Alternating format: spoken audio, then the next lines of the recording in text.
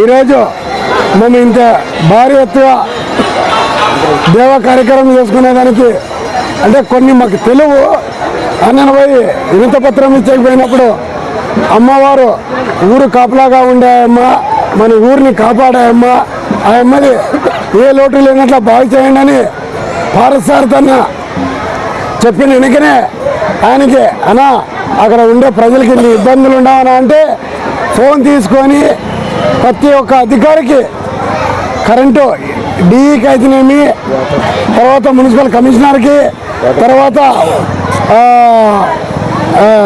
మన one town శ్రీరాములకి అక్కడ ఎటువంటిది జరిగినట్ల చూసుకొని మన పండుగ భారీ ఎత్తున జరగాల, అక్కడ ఏ ఇబ్బంది రానట్ల, నాకు ఏ పేరు చెడ్డ పేరు తేనట్లని చెప్పి మాకందరికీ భుజం తట్టి అనిపించినందుకు ఈరోజు నిన్న పొద్దున స్టార్ట్ అయింది.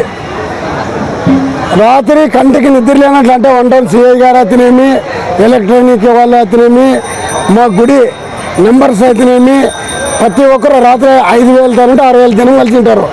అంతమందిని కంట్రోల్ చేసుకుంటా ఘన విజయంగా చేసిన ఘనత మా ఎమ్మెల్యేకి, మా ఎక్స్ఎమ్మెల్యే మీనాక్షి నాయుడికి దక్కుతుందని ఈ శుభ సందర్భంగా చెప్తున్నా. ఈరోజు శుక్రారంపేట మారెమ్మవ్వ తిరణాలు ఇక్కడ జరుగుతూ ఉంది.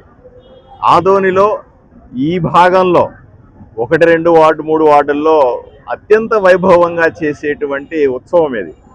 ఎక్కువ మంది పేదలు అందరూ కలిసి బలిదానాలతో మారెమ్మవ్వని పెద్దగా కొలిచి ఊరు బాగుండాలని, రాబోయే సంవత్సరం బాగుండాలని, మంచి సమయంలో వర్షాలు పడాలని మారెమ్మవ్వని ప్రార్థించే సమయం ఇది. దీన్ని దృష్టిలో పెట్టుకొని ఈరోజు వైభవంగా జరుగుతున్న ఈ తిరణాలని నేను కూడా సందర్శించి అమ్మవారి ఆశీస్సులు తీసుకున్నాను. ఈరోజే మనకందరికీ తెలుసు, భారతదేశం పాకిస్తాన్ మీద యుద్ధం ప్రకటించింది. బ్రహ్మాండంగా ఈరోజు పాకిస్తాన్లో ఉన్నటువంటి ఉగ్రవాద మూకలం మీద, ఉగ్రవాద శిబిరాల మీద భారత ప్రభుత్వం వైమానిక దాడులు జరిపింది. దీంతో దాయాది దేశం, దుర్మార్గ దేశం, ఉగ్రవాద దేశం పాకిస్తాన్కి సరైన బుద్ధి చెప్పినట్టుగా అయింది.